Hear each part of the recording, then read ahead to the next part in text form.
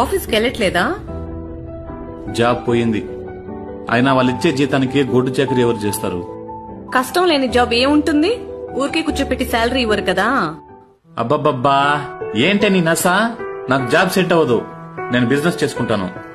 ఇప్పటికీ 1 సంవత్సరంలో 4 జాబ్స్ మారారు. బిజినెస్ కి డబ్బులు ఎక్కడి నుంచి తెస్తారు?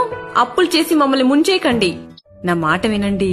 కష్టపడే శక్తి ఉన్నప్పుడే 4 రాళ్ళు వెనకేసుకోకపోతే వయసు మళ్ళాక బ్రతకడానికి కష్టపడాల్సి వస్తుంది. బిజినెస్ చేయడానికి కావలసిన పెట్టుబడి కోసమైనా కొద్ది రోజులు ఉద్యోగం చేయండి. 6 months later. బిజినెస్ ఎప్పుడు స్టార్ట్ చేస్తున్నారు? బుద్ధొచ్చిందమ్మా. నీ గీతా సారాంశం అర్థమైంది. ఒళ్ళొంచి పనిచేస్తే ఏ పనైనా కష్టం అనిపించదు. ఆ పని ఇష్టం లేకపోతే తప్ప. నాకు బిజినెస్ అంటే ఇష్టమే, కానీ బిజినెస్ గురించి పూర్తిగా తెలుసుకున్న తర్వాతనే స్టార్ట్ చేస్తాను.